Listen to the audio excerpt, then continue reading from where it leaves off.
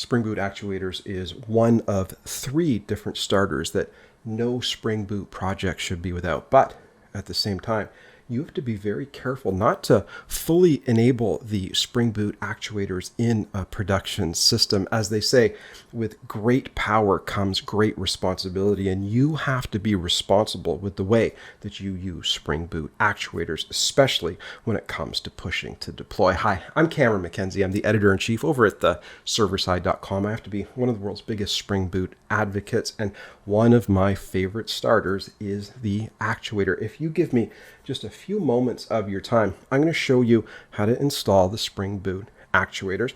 I'm going to show you how to bring up various Spring Boot actuator endpoints, both in Postman and in your browser. I'm going to show you how to grab metrics from the Spring Boot actuators. I'm going to show you how to actually stop a program that's running using a Spring Boot actuator, and I'm also going to show you how to create an actuator of your own, and I really hope you stick around for that at the end because it's one of the very coolest features about Spring Boot actuators, and you're not going to want to miss it. But we're going to start off by seeing how we can set up Spring Boot actuators in a project of our own, and that is what we're going to do next.